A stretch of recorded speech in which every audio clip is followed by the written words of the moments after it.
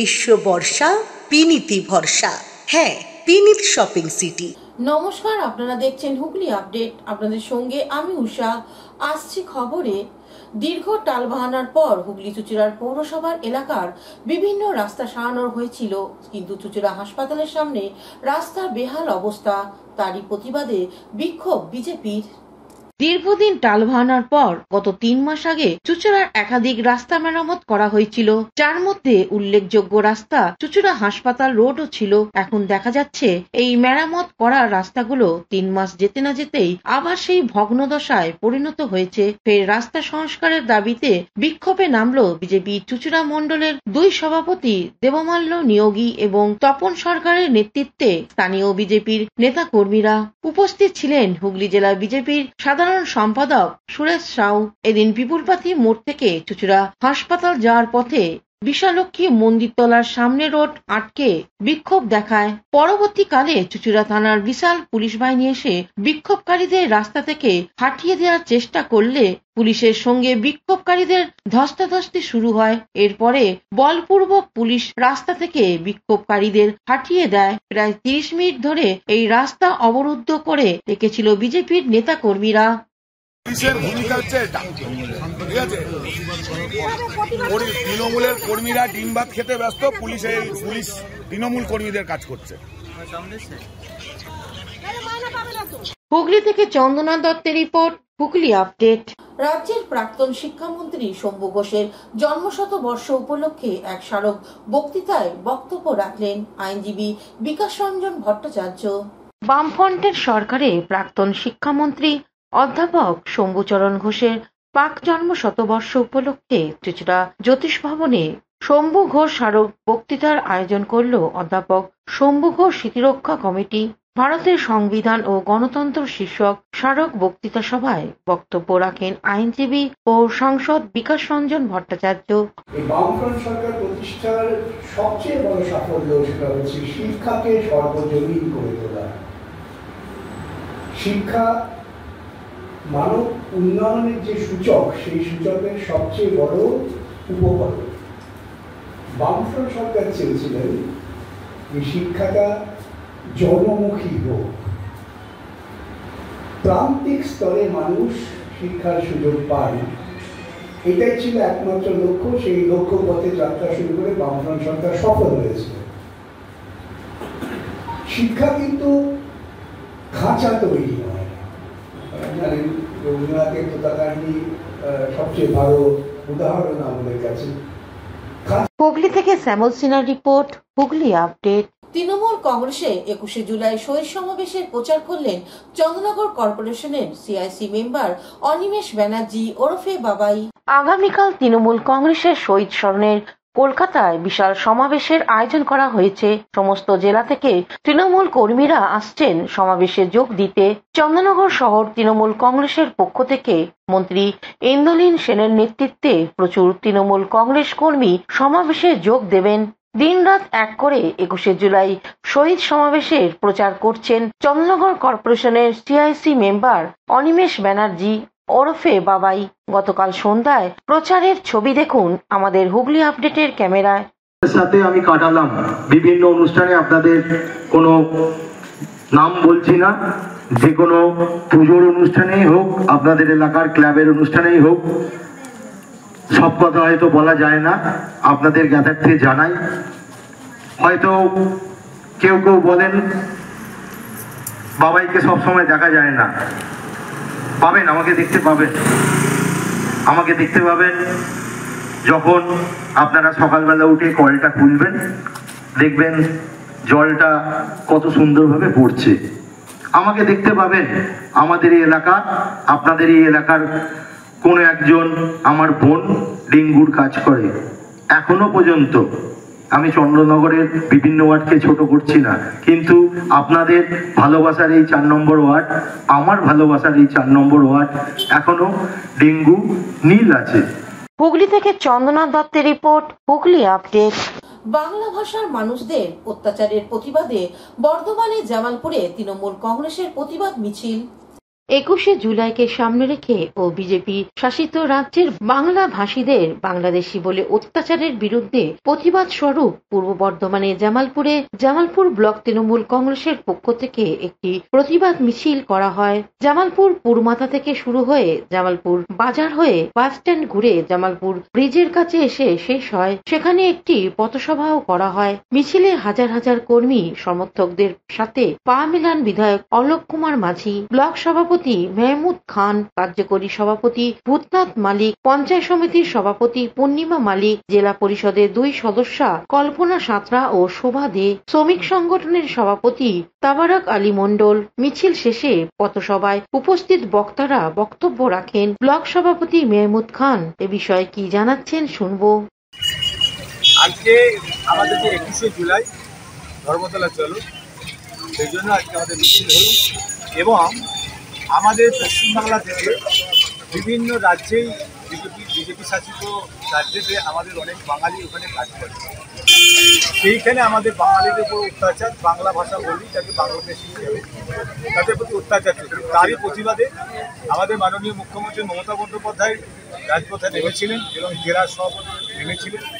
আমরাও আজকে 21শে জুলাই এবং বাংলা ভাষা আমরা জীবনে লড়াইয়ের যেটুকু আমাদের করার মাননীয় মুখ্যমন্ত্রী মমতা বন্দ্যোপাধ্যায় যেমন নির্দেশ দেবেন সেইভাবে আমরা নির্দেশ পালন করব। এবং 21শে জুলাই জামালপুর ব্লক থেকে আমাদের প্রায় 60টা বাস এবং আমাদের 28টা আমাদের ট্রেকার এবং আমাদের ছোটো যেগুলো গাড়ি আছে সেগুলো প্রায় 30 গাড়ি আমাদের যাবে।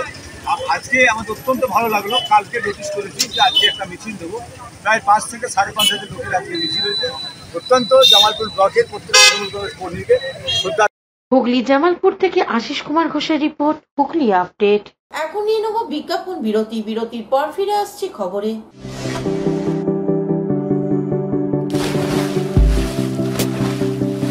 Fasten your seatbelts as you take a tour around your marine wonderland.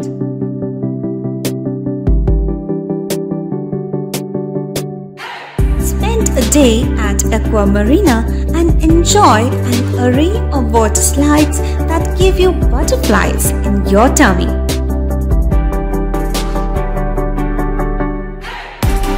Aqua Marina is a holistic weekend destination for friends, family and couples and offers magic to soothe your body, mind and soul.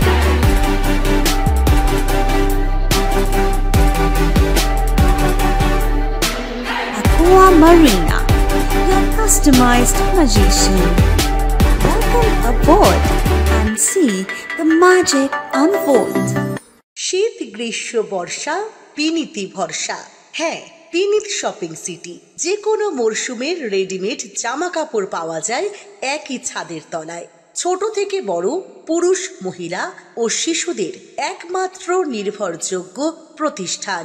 শীতকালীন যে কোনো sari, jeans, top, kurti, churidar, panjabi মানেই পিনিত shopping city. আখন বাজার, চুঁচুড়া, Hooghly. Amala nursing home. Enjoy a weekend at Vedam, the paradise of peace. A home away from home.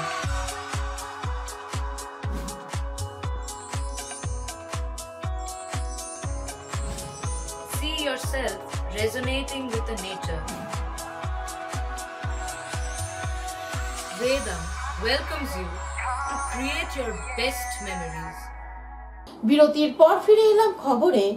শৈবতীর্থ তারকেশ্বরে আজ থেকেই হাজার হাজার মানুষ রওনা দিলেন গঙ্গার জল নিয়ে। শ্রাবণ মাসের প্রথম সোমবার আগামীকাল আজ সকাল থেকেই হুগলি তারকেশ্বর মন্দিরের দিকে হাজার হাজার মানুষ বাঁক কাঁধে করে রওনা দিলেন। টায়ারফুলি নিমাই তীর্থ ঘাট থেকে গঙ্গা জল নিয়ে ভক্তরা পায়ে হেঁটে দীর্ঘ পথ অতিক্রম করবেন। শিশুকে বাঁকে করে কাঁধে নিয়ে তারকেশ্বর মন্দিরের দিকে যেতে ছবি ধরা পড়ল আমাদের ক্যামেরায়। যাত্রাপথে রাজ্য সরকারের পক্ষ থেকে জলছত্র, শৌচালয়, সিসি ক্যামেরায় রাখা হয়েছে।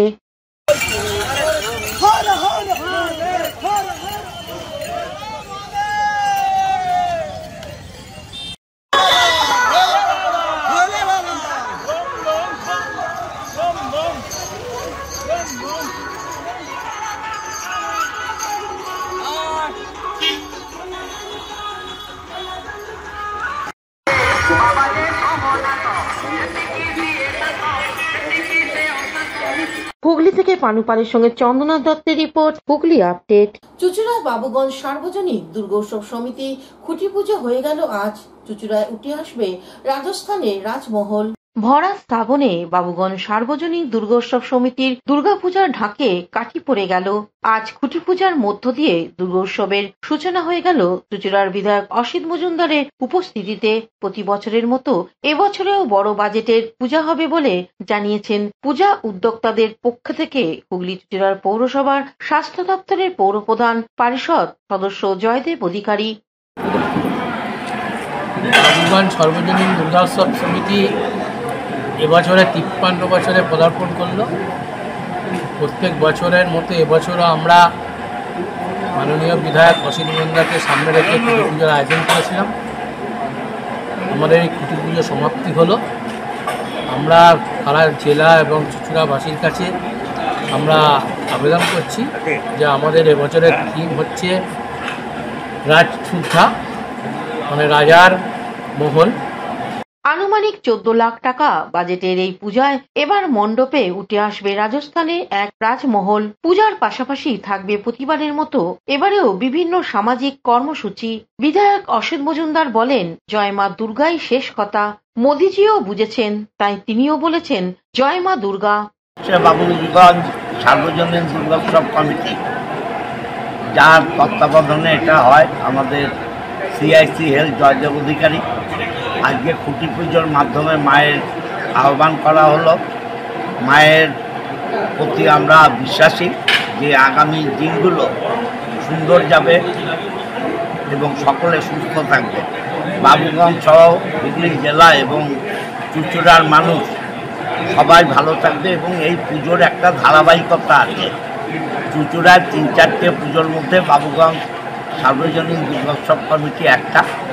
আমরা বিশ্বাস করি যে চুচুড়া শুধু নয়, হুগলি জেলার মানুষ এই পুজোর প্রতি দিনকে দিন আকর্ষণ। হুগলি থেকে সৌমিত্র সিনহার report, Hooghly update. Mobile phone থেকে সরে আসতে 4 যুবকের প্রচেষ্টায় বলাবারের ফুটবল। সোমরা বাজারে 4 যুবকের উদ্যোগে মাঠমুখী হচ্ছে বাচ্চারা। মোবাইল আসক্তির বিরুদ্ধে এক প্রশংসনীয় পদক্ষেপ। এলাকায় খেলার মাঠ থাকলেও তাতে খেলার জন্য ছেলে মেয়ে নেই বলেই চলে। হাতে গোনা কয়েকটি শিশুকে কখনো সখনো চোখে পড়ে মাঠে দৌড়তে বা খেলতে। বর্তমান প্রজন্মের শিশুরা পড়াশোনার চাপ আর মোবাইল আসক্তিতে ডুবে আছে, ভুলে গেছে খেলাধুলা।